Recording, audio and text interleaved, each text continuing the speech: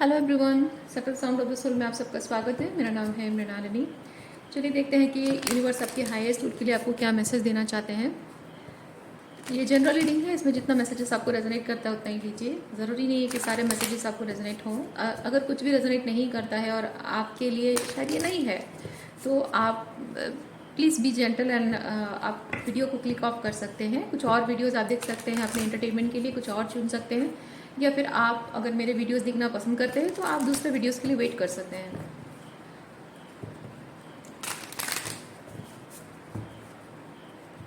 Gender specific नहीं है, timeless readings हैं। डियर यूनिवर्स, प्लीज़ बताइए जो भी मेरे व्यूअर्स है, कलेक्टिव है, उनके हाईएस्ट गुड के लिए आप उन्हें क्या मैसेज देना चाहते हैं।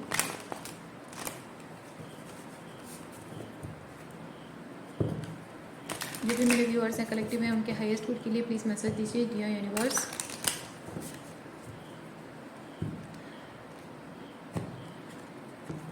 Thank you. Okay, 10 of cups, the star, knight of pentacle, hangman.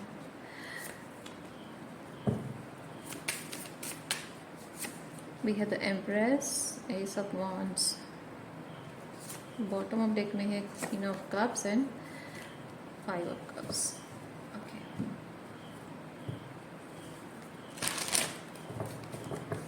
ये जो queen of cups and 5 of cups है, मैं फील करती हूँ ओवरऑल एनर्जी आपकी है कि आप थोड़ा इमोशनली अनअप्रिशिएटेड फील कर रहे हो, इमोशनली नॉट एक्सेप्टेड फील कर रहे हो,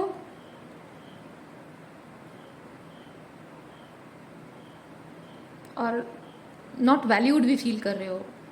आप ट्रूली जैसे पर्सन हैं, आप जो भी the way you are dedicated, the way you commit to the situation emotionally, जिस तरह से आप इमोशनल वार्मथ लोगों को शो करते हो, बेसिकली इमोशनली बहुत डिसअपॉइंटेड एंड डिसहार्टेंड आप फील कर रहे हो, क्योंकि आपके रिलेशनशिप को लेकर आपके जो एफर्ट्स हैं वो अप्रिशिएट नहीं हो रहे हैं।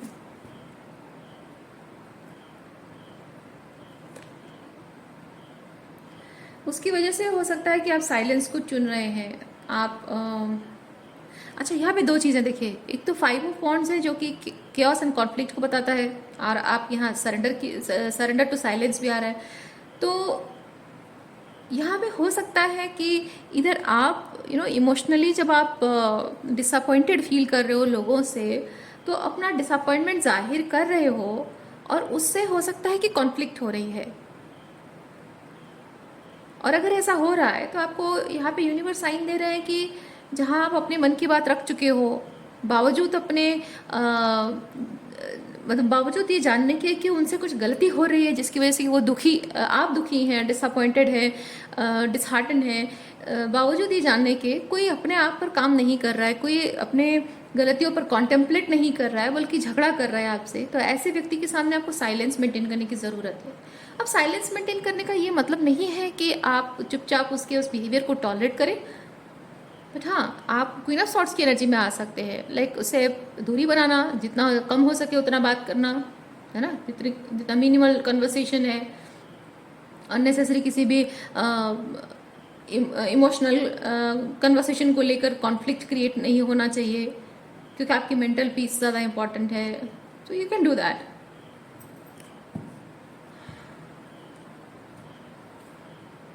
और मेन प्रॉब्लम ये होता है ना कि आप जब ये चीज़ देख रहे हो कि कोई जिद पकड़ के बैठा है कि मैं ही अपनी जगह सही हूँ, बावजूद इसकी कि आप उनके सामने रो कर अपने मन की बात जाहिर कर चुके हो, और अपनी गलतियों पर कॉन्टेम्पलेट करके हो सकता है माफ़ी भी मांग चुके हो, उसके बाद भी कोई जिद पकड़ कर बैठा हुआ है कि मुझसे कभी कोई गलती हो ही नहीं सकती है, तो वहाँ पे जाहिर सी बात है, आप जब साइलेंस मेंटेन करते हो या फिर ना बोलते हो ना, तो लोगों के असली चेहरे सामने आते हैं। ठीक है, तो ये हैंगमैन भी आपको वही चीज़ बता रहा है, टेक योर टाइम। अगर आप अभी भी श्योर नहीं हो, you can take your time, क्योंकि यहाँ पे एक नई शुरुआत यहाँ करनी है। सेल्फ लव में ऑपरेट करना, अपनी पावर में वापस आना, अपनी डिग्निटी को मेंटेन करना, respectful women, okay, respectful women या फिर रेस्पेक्टफुल मैन, जो कि अपनी फेमिनिन एनर्जी को, सेक्रेट इमोशंस को रेस्पेक्ट देना। ठीक है, इसके लिए ज़रूरी है, अगर आप श्योर हैं तो ये चीज़ हो पाएगा, अगर श्योर नहीं है तो ज़रूरी है कि यू टेक योर टाइम। लेकिन टेकिंग टाइम मतलब ये नहीं कि आप चुपचाप ये क्योस एंड कॉन्फ्लिक्ट करने वाले इंसान को चुपचाप सहते रहें, नहीं।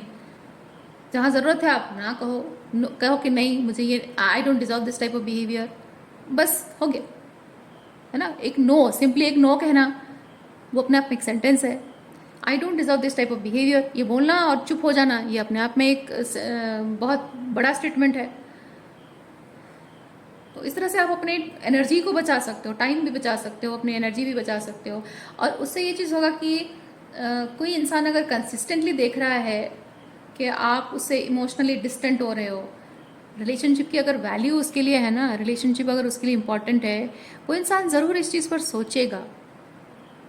और अगर नहीं सोच रहा है, उसको परवाह ही नहीं है, दैट मीन्स कि वो आपके लिए सही इंसान है ही नहीं।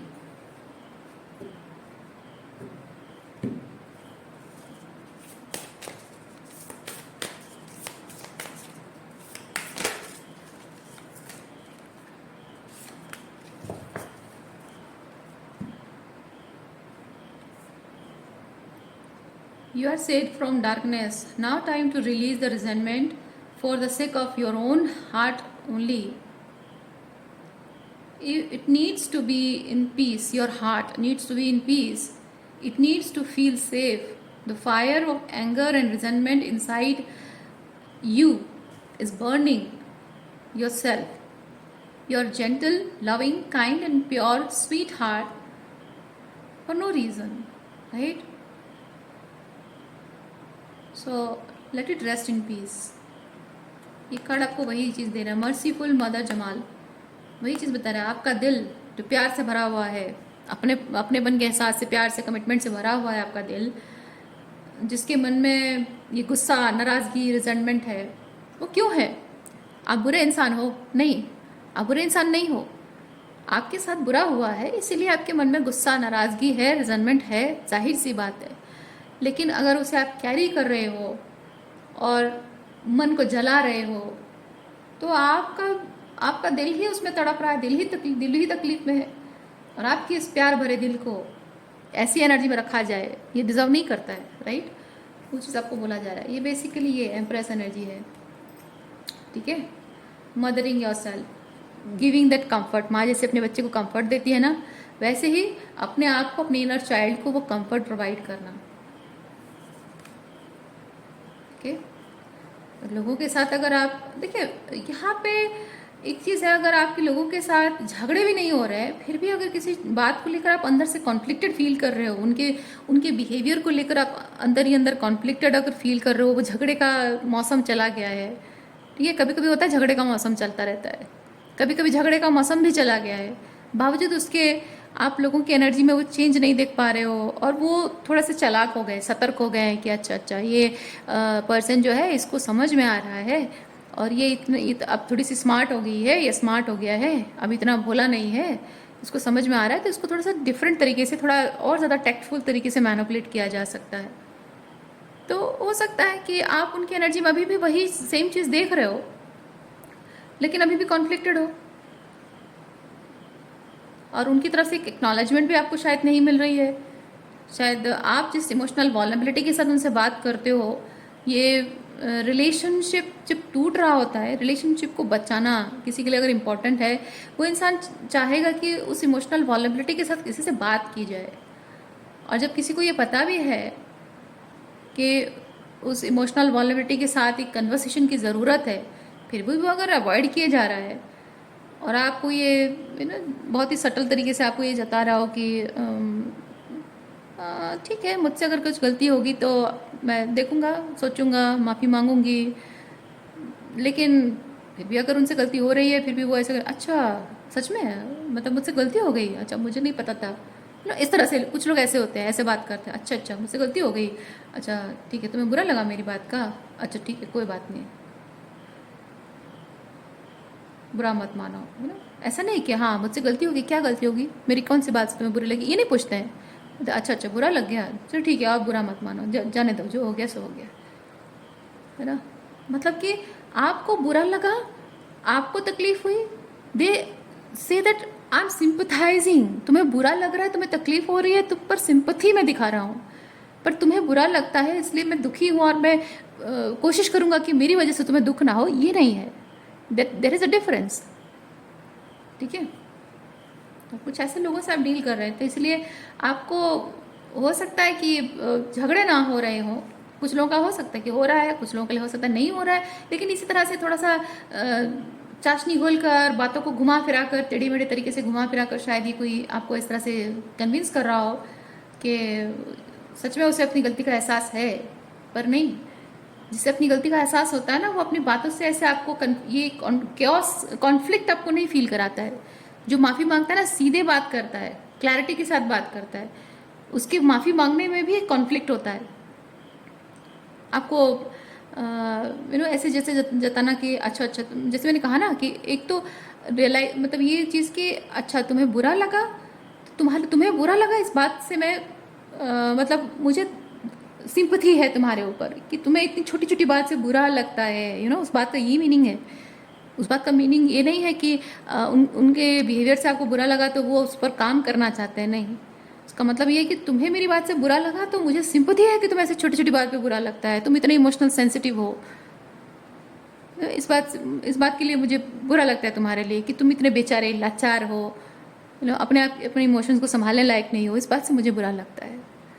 तो ये अपोलॉजी नहीं है माय डियर।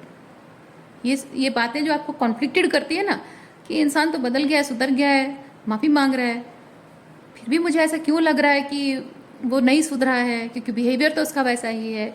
वो आपको घुमाया जा रहा है, ठीक है, घुमाया जा रहा है। तो इसीलिए आपको यहाँ बोला जा रहा है कि ऐसे लोगों से किसी भी बहस में ना पड़े, साइलेंस मेंटेन करो। आपको अपने आप समझ में आ जाएगा कि सही चीज़ क्या है।